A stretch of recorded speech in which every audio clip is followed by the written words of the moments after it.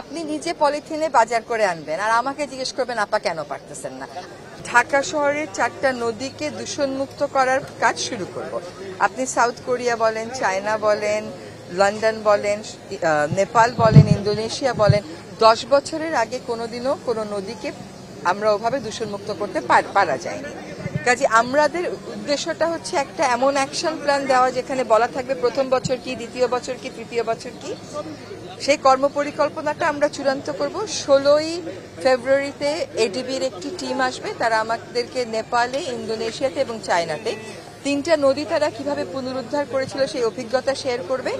এর মধ্যে জাতীয় পর্যায়ে কাজ করা হচ্ছে, জিপিএস দিয়ে সব দূষণকারী আমরা ম্যাপিং করে ফেলেছি।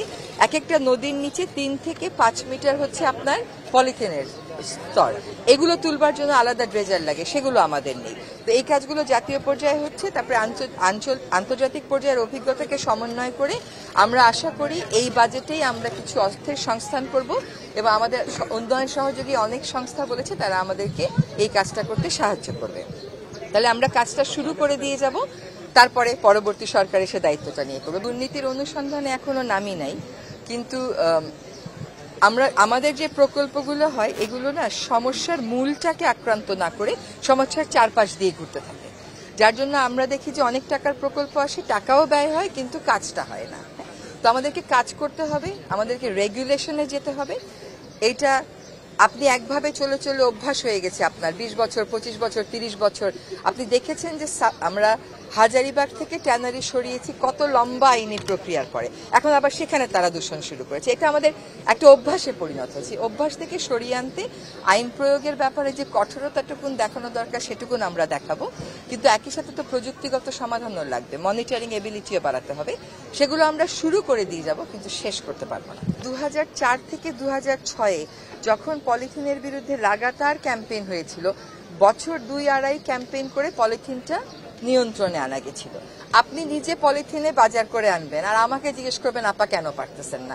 আপনারা না, এটা শোনেন, বিকল্প ব্যবস্থা কি সরকার বলে দেবে? আপনি বলেন তো, আজকে যদি আপনার বাসা থেকে আপনি বাজার করতে যান, আপনি যদি চিন্তা করেন যে আমি পলিথিন ব্যাগে আনবো না, আপনার বাসায় কি একটাও ব্যাগ নাই সাথে করে নিয়ে যাওয়ার জন্য, কাপড়ের বা চটের বা পাটের? এটা আপনি আমাকে বললেন আর আমি মানলাম? এটা তো না। আপনি এভাবে চিন্তা করেন না যে আমি বাসা থেকেই নিয়ে যাব।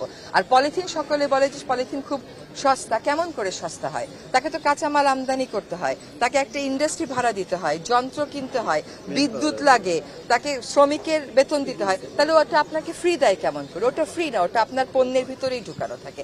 যতক্ষণ পর্যন্ত আমরা এটাই ভাবতে থাকবো যে বিকল্প নেই, ততক্ষণ পর্যন্ত এই কথাগুলো কারা বলে শুনবেন। দেখবেন পলিথিন ব্যাগ যারা বানায় তারা বলে বিকল্পের চিন্তা তো তার না। তাকে বলা হয়েছে তুমি পলিথিন বন্ধ করো, সে পলিথিন বন্ধ করবে। বিকল্পের চিন্তা সরকার করবে, জনসাধারণ করবে। সে আগে থেকে বিকল্পের চিন্তা শুরু করে একটা কর্তব্য মনে করে ঘোষণা দিয়ে দেয় যে সে চালু রাখবে। এটা তো চালু রাখা যাবে না। আপনি এখানেই তো দেখলেন পানি তোলার সময় কি অবস্থা। তাহলে নদীগুলো পরিষ্কার করতে আমাদের কত টাকা লাগবে? এটা হচ্ছে কি পেনি ওয়াইজ পাউন্ড ফুলিশ বলে একটা কথা আছে, যে পয়সার হিসাব করতে করতে টাকার হিসাব ভুলে যায়। তো আমরা ওই পলিথিন শপিং ব্যাগ কিনে টাকা বাঁচাতে বাঁচাতে আসলে দেখা যায় পরে আমাদের 1000 কোটি টাকা দিয়ে নদী রক্ষা করতে হচ্ছে।